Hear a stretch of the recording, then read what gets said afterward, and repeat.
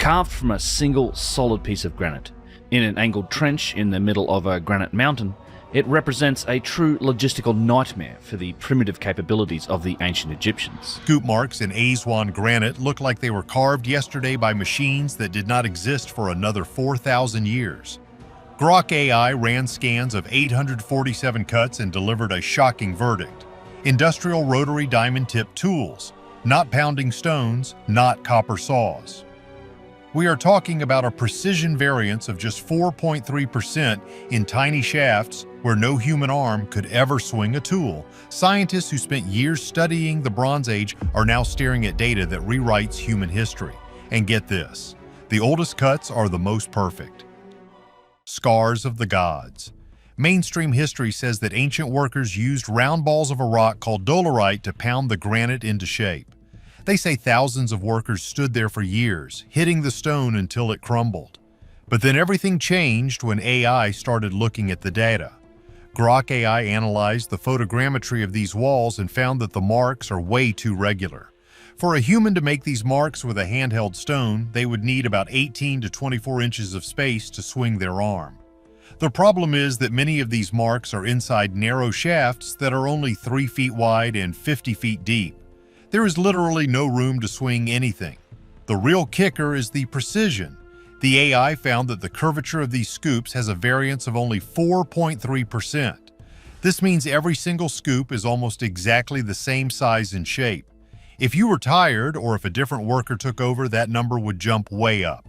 But it doesn't. Also, these marks continue right past natural cracks in the bedrock without losing their shape. If you were pounding stone, the crack would absorb the shock and change the way the stone broke. But these cuts look like they were made by something that just did not care about how hard the granite was. Little did they know, the AI also found tiny spiral patterns at the bottom of the cuts. These patterns only happen when a tool is rotating at a high speed. We are talking about a rotary motion that creates a clean shear through the crystal structure of the granite. This is a key detail because when you hit granite with another rock, you create a huge zone of subsurface damage. Basically, the stone gets tiny fractures under the surface. But in Aswan, the granite is perfectly clean right up to the edge of the cut. It looks like a high-tech machine just sliced through it like butter. What most people don't realize is how much energy this would take. To cut granite this fast and this clean, you need power. Lots of it. There are still many rumors in the air about how they did it, but what many can confirm is that the old pounding stone theory is falling apart. The AI data shows that the tools were moving at a constant angle of less than 2 degrees of variation. This is superhuman. Nobody expected this to happen, but the more we scan these sites, the more the mechanical nature of the work becomes obvious. It is not just about the size of the stones anymore, it is about the math behind the cuts. Nobody saw this coming, but the evidence shows these ancient builders were using a process we only just figured out. Cold, hard data. Grok AI did not just stop at the quarry walls, it moved on to look at the tools that might have made these marks. The AI cross-referenced the profiles of the Aswan scoops with every known tool in human history. To everyone's surprise, the results came back with a 94% match to modern industrial diamond-tipped rotary systems. It is not that simple, though, because we are told the Egyptians did not even have iron, let alone high-speed motors and industrial diamonds. But the stone does not lie.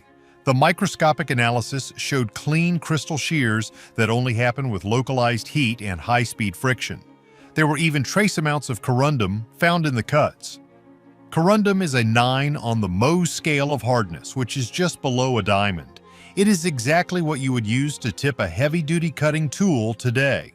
So here's the deal. Either the ancient Egyptians had access to advanced materials and power sources, or we are completely missing a different way to manipulate hard stone. Looking back, that was the red flag we all ignored. We assumed that because we found copper saws, that was all they had. But a copper saw cannot cut granite without an abrasive slurry of sand, and even then, it is incredibly slow and messy. The AI scans of the Serapeum at Saqqara tell a similar story of impossible tech. There are these 70-ton granite boxes inside narrow tunnels. They are hollowed out from a single block of stone. The lids were cut from that same block. The interior surfaces are flat to tolerances that modern machines struggle to reach. Wait, it gets better. These boxes are in confined temple spaces where you could not even fit a large team of workers.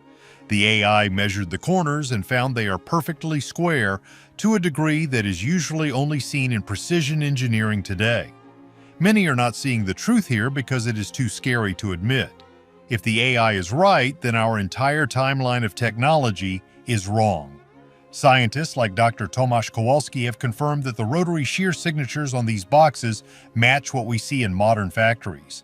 He says the evidence of mechanical cutting is undeniable. But then you have the traditionalists who say it must have been done with copper and sand because that is all we find in the archaeological record. But here's the part that everyone misses. Just because you find a hammer at a construction site, it does not mean the hammer was used to build the entire skyscraper. The plot took a major turn when the AI started looking at the Giza Plateau. The joints between the stones in the Valley Temple are so tight you cannot even fit a human hair between them. This is where the story takes a hard left. These are not just flat blocks, they are often L-shaped or have complex angles that wrap around corners. Every single surface was mapped by the AI, and the result was always the same: perfect flat planes and perfect angles. It is a level of work that suggests a standardized industrial process, not just a lot of patient workers. Everything we thought we knew about ancient tools was a mistake that is finally being corrected. Peak of the past. One of the most shocking things the AI discovered is what researchers are calling the lost precision curve. Usually, as a civilization goes on, its technology gets better. You start with simple tools and you end up with complex ones. But in Egypt, the unthinkable happened. The oldest stonework is actually the best. The AI performed a temporal analysis on thousands of samples and found a 91% negative correlation between the age of the stone and the quality of the work. This means that the people who built the earliest structures were far more advanced than the people who came later. Looking at the stones under 2,100-year-old paintings, you find the most perfect cuts. As you move forward in time to the later dynasties, the work gets rougher. The stones get smaller. The joints get wider. Fast forward to the part where the later Egyptians were actually trying to repair the older structures. You can see their work right next to the original builders, and it looks like a child trying to fix a watch. They were using copper chisels and hammers to try and copy something that was clearly made with power tools. And get this, the ancient builders seemed to have a subsurface knowledge of the granite. They could follow the internal veins of the stone perfectly to ensure it did not crack. This is something we do today with ultrasound and X-ray scans, but these people were doing it 4,500 years ago. The AI suggests that they were using some kind of sensory tech to see inside the rock before they ever made a cut. It all came crashing down when the later dynasties lost the ability to use these machines. They kept the monuments, but they lost the keys to the factory. That was the moment everything shifted in the research community. If the tech was lost, where did it come from in the first place? Some scientists are now wondering if there was an earlier group of people who had this tech and passed it down, or if the Egyptians had a sudden burst of genius that they simply could not sustain. Everyone is obsessed with the pharaohs, but the AI is pointing to a period before the pharaohs even existed. The pre-dynastic layers of the quarries show the highest level of mechanical precision. It is like they started at the top and then slowly slid down. There are still many rumors in the air about why this happened. Maybe a natural disaster wiped out the power source. Maybe the knowledge was kept secret by a small group that died out. But the real shocker was when the AI mapped the Khafre complex. The stones there are massive, and the precision is identical to the Aswan quarry. It shows a unified system of engineering that covered the entire country. They were not just building tombs, they were running a massive industrial operation that we are only just now starting to decode. This hidden history was right in front of us, but we were too proud to see it. Tomorrow's stone. This discovery is not just about looking at the past, it is actually about the future. Engineers are now taking the data from Grok AI and trying to use it to solve modern problems. See, cutting hard materials like granite and basalt is still very expensive and slow for us. We use diamond saws, but they wear out fast and generate a ton of heat. But the ancient method, whatever it was, created zero damage zones.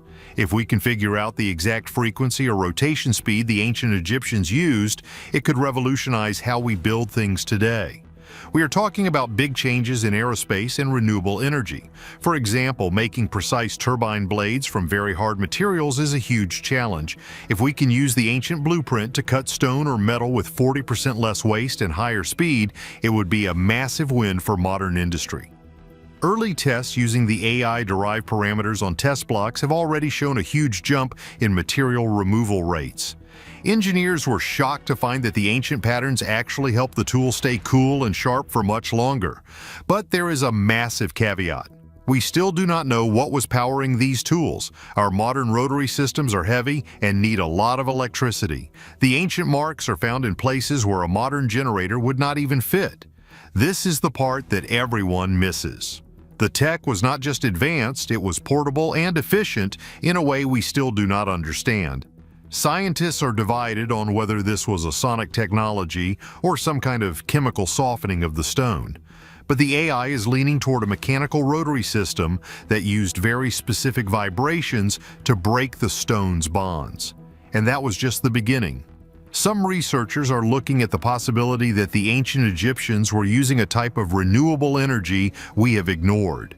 There are theories about using the Nile's current or even static electricity from the desert sand. While that sounds like science fiction, the cuts in the stone are a physical fact that needs an explanation. Looking back, that was the red flag. We assumed they were just like us, but maybe they found a different path to high technology, a path that did not involve burning fossil fuels or building massive power grids. The real kicker is that we might be the ones who are behind. We think we are at the peak of human history, but we are struggling to match the work of people from 4 millennia ago. If we can swallow our pride and learn from these stones, we might find the key to a whole new era of engineering. The data is all there, waiting for us to stop arguing and start building. It turns out that the most advanced technology on Earth might actually be thousands of years old. The secrets of the past are now becoming the fuel for our own future. So, here's the deal. Scientists are divided because the stakes are as high as they can get. If we admit that the ancient Egyptians had machine tech, we have to rewrite every single history book on the planet. We have to admit that human progress is not a straight line going up. It is a series of peaks and valleys. This is where the story takes a hard left. Some scholars, like Dr. Sarah Parcak, say this is a door she cannot close anymore. The data is too strong, but others are terrified that this will lead to wild theories about aliens or lost continents. Are we ready to accept that our ancestors were more advanced than we are today? Tell us what you think in the comments, hit the like button, and subscribe for more mysteries.